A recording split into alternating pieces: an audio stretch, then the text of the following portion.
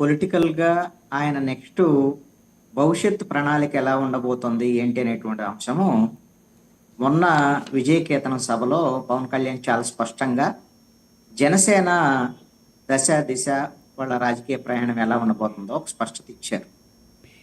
ఇది ఆంధ్రప్రదేశ్‌లో మేము 100% స్ట్రైకింగ్ రేట్‌తో మొన్న విజయం సాధించాము.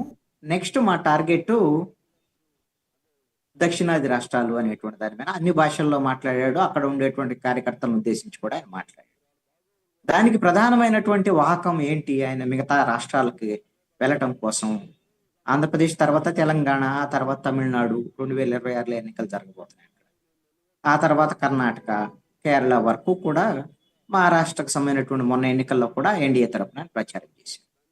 ఆయన ఈ రాష్ట్రాలకు వెళ్ళటానికి జనసేన పార్టీ తరపున అంటే పవన్ కళ్యాణ్ జనసేన పార్టీ తరపున జనసేన రాజకీయాలు పోసే తెలంగాణ వరకు చేయొచ్చు. మిగతా రాష్ట్రాల్లో జనసేన తరపున పవన్ కళ్యాణ్ చేసేటువంటి ప్రచారం బీజేపీకి, ఎన్డీఏకు ఉపయోగపడేటువంటి అవకాశం ఉంది. అటు తమిళనాడులో కానీ, కర్ణాటకలో కానీ, మొన్న మహారాష్ట్రలో ఎలా ఉపయోగపడిందో అలాగా దక్షిణాది రాష్ట్రాలన్నింటిలో కూడా ఉపయోగపడవచ్చు. అంటే పవన్ కళ్యాణ్కి ఉన్నటువంటి ఇమేజ్ ఏంటి? ఆయన జనసేన పార్టీ లీడర్గా ఆంధ్రప్రదేశ్, తెలంగాణ వరకు ఓకే కానీ మిగతా రాష్ట్రాల్లో జనసేనకు సంబంధించినటువంటి అంశం ఇంకా ఎదగటానికి కొంత టైం పట్టేదానికి అవకాశం ఉంటుంది, గుర్తింపు. ఆయన పొలిటికల్ కన్నా కూడా సినిమా యాక్టర్గా అందరికి known face Pawan Kalyan.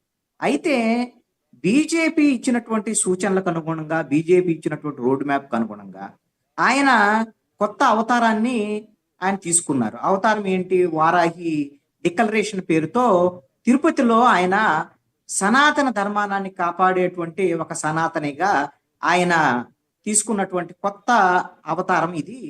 BJP ఇచ్చినటువంటి రోడ్డు మ్యాప్లో రాజకీయమైనటువంటి ప్రణాళిక ఇది. ఇది తప్పేం కాదు.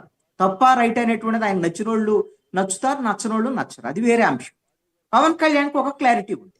కాబట్టి భవిష్యత్తులో దక్షిణాది రాష్ట్రాలకి జనసేన విస్తరించడానికి కానీ, పవన్ కళ్యాణ్ ద్వారాగా బీజేపీకి ఉపయోగపడటానికి కానీ, సనాతన ధర్మం అనేటువంటి దాన్ని కాపాడేటువంటి సనాతన ధర్మకర్తగా ఆయన పవన్ కళ్యాణ్ ఈ కొత్త అవతారంతో మిగతా రాష్ట్రాలకు వెళ్ళబోతున్నాడు. ఇప్పుడు అదే ఎజెండాని ఇప్పుడు ఒకవేళ పవన్ కళ్యాణ్ విమర్శించాలనుకునేటువంటి వాళ్ళు, పవన్ కళ్యాణ్ ఆంధ్రప్రదేశ్లో ఉండేటువంటి ప్రభుత్వ ఫెయిల్యూరు, పవన్ కళ్యాణ్ శాఖల్లో ఫెయిల్యూరు, వాటికి సంబంధించినటువంటి అంశాల మీద ఏదైనా మాట్లాడితే వైఎస్ఆర్ కాంగ్రెస్ పార్టీకి ఉపయోగం జరిగేదానికి అవకాశం ఉంటుంది. ఎందుకంటే వైఎస్ఆర్ కాంగ్రెస్ పార్టీ ఆంధ్రప్రదేశ్ రాజకీయాల్లో మాత్రమే ఉంది. జనసేన లాగా దక్షిణాది రాష్ట్రాలన్నింటికి విస్తరించాలనో, దక్షిణాది రాష్ట్రాలన్నింటిలో కూడా ఎన్డీఏ తరపున వాళ్ళు ప్రచారం చేయాలనో వాళ్ళకి వైఎస్ఆర్ కాంగ్రెస్ పార్టీకి ఏమి లేదు. వాళ్ళు ఉన్న తెలంగాణలోనే వాళ్ళ పార్టీని రద్దు చేసుకొని ఓన్లీ ఆంధ్రప్రదేశ్కే వరకే పరిమితమైనటువంటి వాళ్ళు. అలాంటప్పుడు పవన్ కళ్యాణ్ యొక్క పనితీరు మీద, ఆయన శాఖల మీద, ఈ ప్రభుత్వం ఎన్డీఏ కూడా ఆంధ్రప్రదేశ్లో ఉండేటువంటి కూటమి ప్రభుత్వ వైఫల్యాల మీద వైసీపీకి మాట్లాడింది అనుకోండి, అది వైసీపీకి